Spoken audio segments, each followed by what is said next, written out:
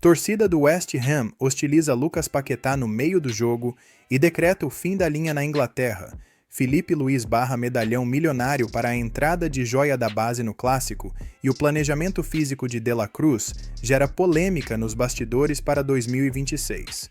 Bem-vindos ao meu Mengão News, o canal que não dorme enquanto o Flamengo não for campeão.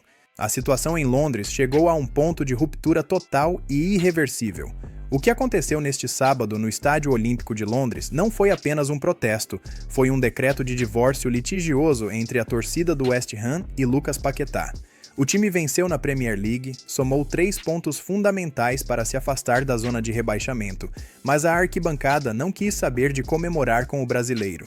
Pelo contrário, o som que ecoava no estádio era hostil, era pesado.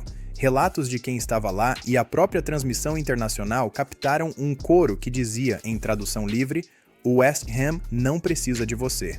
Imaginem o impacto psicológico disso num jogador que foi o craque do time, a referência técnica, sendo tratado como carta fora do baralho enquanto a bola ainda rola. Essa postura da torcida inglesa é a melhor notícia possível para a diretoria do Flamengo. Vamos analisar friamente o mercado da bola. O West Ham, até semana passada, tentava segurar o valor de mercado do Paquetá na casa dos 60, 70 milhões de euros, dificultando a vida do Marcos Braz. Mas quando o ativo, ou seja, o jogador, se torna tóxico para o ambiente do clube, o preço cai drasticamente. É a lei da oferta e da demanda somada à crise de vestiário. O West Ham precisa se livrar do problema. Eles já contrataram um substituto, um novo atacante, o Adama Traoré, cujos exames médicos já estão agendados para segunda-feira, segundo o jornalista Fabrício Romano. Essa contratação não é aleatória, ela é a reposição. Eles já gastaram o dinheiro que contam receber pelo Paquetá. E aqui entra o pulo do gato para o Flamengo.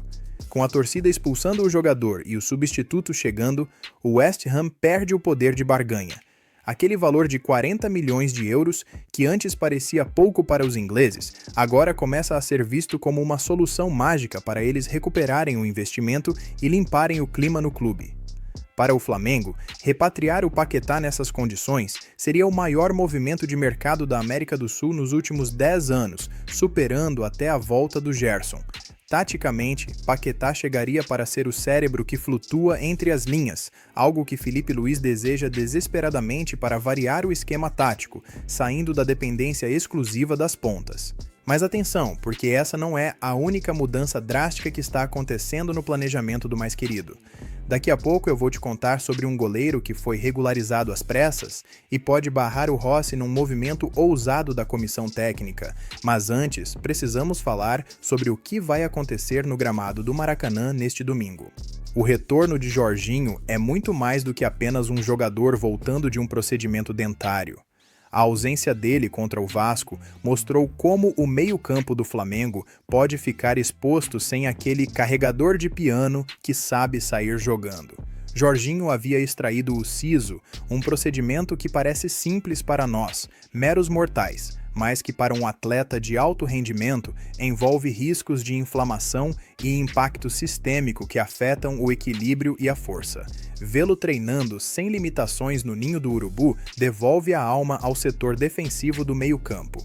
Com Jorginho, o Flamengo ganha na saída de bola sustentada. Ele é o cara que busca a bola no pé dos zagueiros e conecta com o ataque, algo que faltou em momentos de pressão contra o Vasco. Para o Clássico contra o Fluminense, a volta do Jorginho permite que Filipe Luís execute o plano de rotação sem perder a competitividade. E aqui entramos na análise tática do Fla-Flu. O Fluminense é um time que gosta da posse, que tenta envolver. Se você entra com um time cansado, você corre atrás da bola e perde o jogo nos 15 minutos finais. Por isso, a estratégia do Filipe Luís de mudar o ataque é cirúrgica. A tendência é que tenhamos um trio ofensivo formado por Lino, Pedro e Luiz Araújo. Vamos dissecar essa escolha. Por que tirar Bruno Henrique e Cebolinha e colocar Lino e Luiz Araújo? A resposta está na intensidade da pressão. Lino é um jogador de velocidade terminal, capaz de agredir o espaço nas costas dos laterais do Fluminense, que costumam subir muito. Luiz Araújo, por sua vez, é taticamente um dos jogadores mais disciplinados do elenco. Ele recompõe a linha de meio campo como ninguém, ajudando a fechar o lado do campo e dobrar a marcação. E Pedro? Bem, Pedro é a referência, o pivô, o homem que segura a bola para o time sair de trás. Essa rotação não é apenas para descansar jogadores, é uma estratégia específica para anular o jogo de aproximação do rival e explorar a transição rápida. O Flamengo precisa vencer. A situação no Campeonato Carioca exige essa vitória para sair da zona de desconforto e evitar uma crise desnecessária antes da estreia no Brasileirão contra o São Paulo.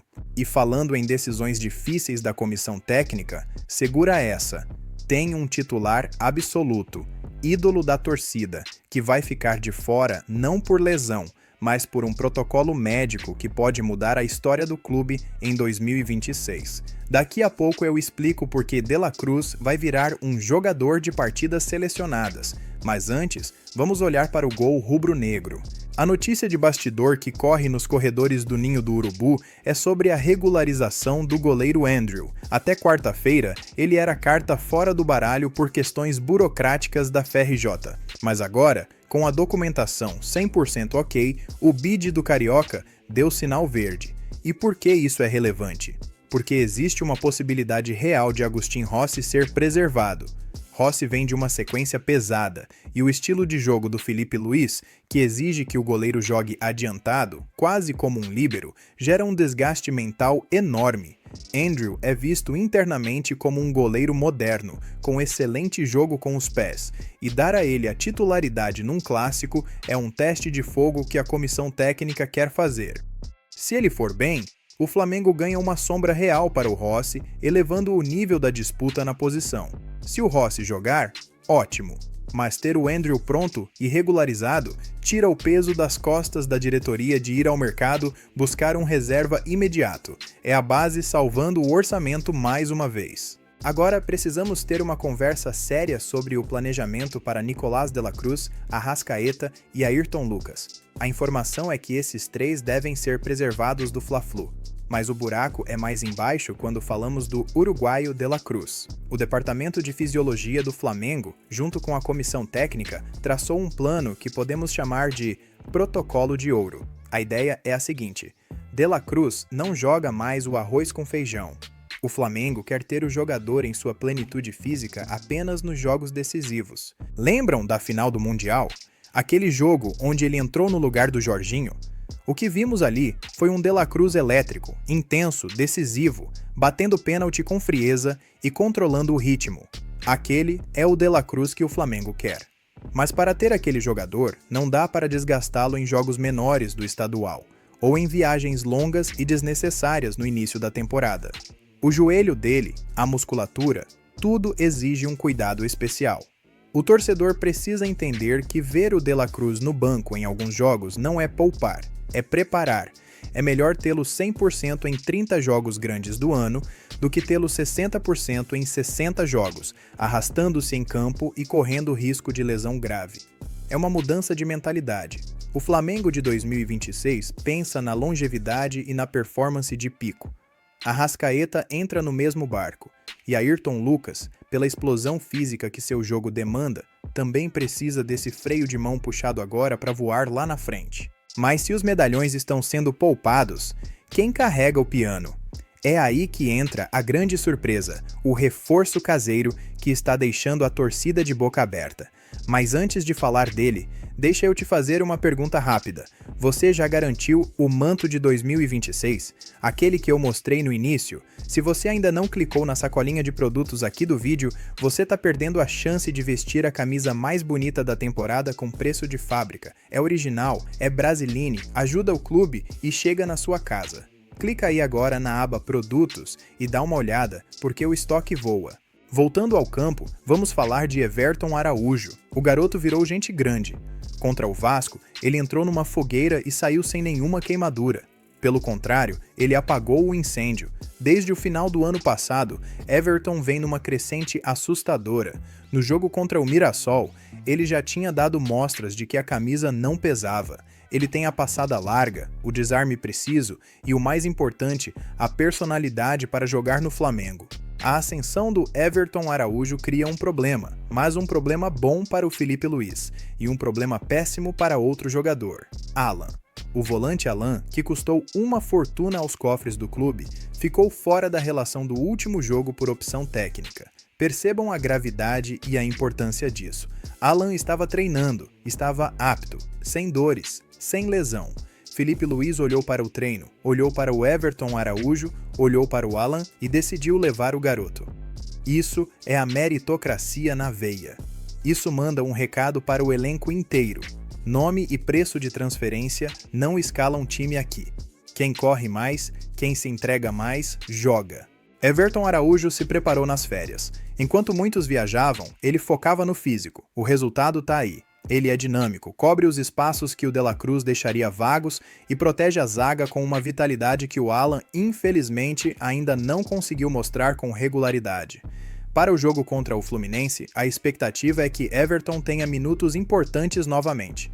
Ele é o volante moderno, o box-to-box que o futebol atual exige. Se o Flamengo vencer o Fluminense e convencer, muito passará pela solidez que esse garoto traz ao meio-campo, liberando os atacantes para decidirem lá na frente. O cenário para o Fla-Flu é de guerra, não guerra de violência, mas guerra tática e de nervos. O Flamengo teve sua programação alterada, teve que antecipar estreia, vai jogar quarta e domingo, enquanto o rival teve semanas livres. A vitória amanhã não é apenas 3 pontos no Carioca, é a afirmação do trabalho do Filipe Luís. É a prova de que o elenco, mesmo rodando peças, é superior. É a resposta para quem diz que o Flamengo está bagunçado no início de ano. E voltando para fechar o raciocínio do Paquetá, a diretoria do Flamengo está monitorando cada passo em Londres. Cada vaia da torcida do West Ham é comemorada em silêncio na Gávea. A estratégia é paciência. O West Ham vai tentar endurecer, mas a corda estourou do lado de lá. O jogador não tem mais clima. O Flamengo tem o dinheiro, tem o projeto e tem o amor do jogador. A vinda do Adama Traoré para o clube inglês é a peça final desse dominó. O mercado fecha em breve e as próximas 48 horas serão decisivas. Se o Paquetá não for relacionado para o próximo jogo do West Ham, ou se ficar no banco sendo hostilizado novamente, pode preparar o aeroporto. O Flamengo se movimenta em silêncio, mas com precisão cirúrgica. Regulariza Andrew para garantir segurança no gol. Recupera Jorginho para dar ritmo ao meio. Preserva as joias da coroa, Arrasca e De La Cruz, para os momentos de glória e lança os garotos famintos, Everton e Lino, para morderem os calcanhares dos rivais. É um xadrez complexo e nós estamos aqui para te explicar cada jogada. Agora, presta atenção aqui. A novela Paquetá vai ter novos capítulos amanhã e segunda-feira. Se você quer ser o primeiro a saber se ele rescindiu, se o Flamengo fez a proposta oficial ou se ele já está comprando a passagem para o Rio, você precisa estar inscrito. Não cometa o erro de fechar esse vídeo sem clicar no botão vermelho. A qualquer momento eu posso voltar com um plantão urgente confirmando essa negociação. Inscreva-se, ative o sino e vamos juntos torcer para essa vitória no Fla-Flu. Aqui é Flamengo e a gente se vê na próxima notícia.